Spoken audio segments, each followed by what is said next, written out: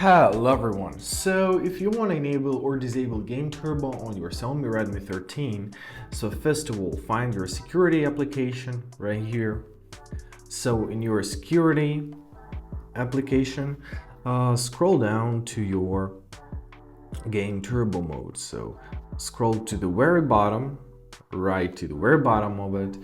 Now you open it up a toolbox and here you are to choose your Game Turbo.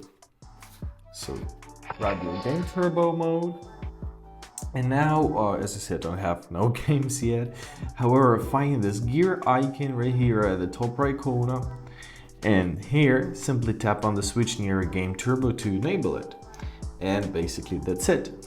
Now if you want to disable it, simply tap on the switch again. When it's in this position, it means it's disabled, and now you can enjoy your Game Turbo mode. I hope this video is helpful.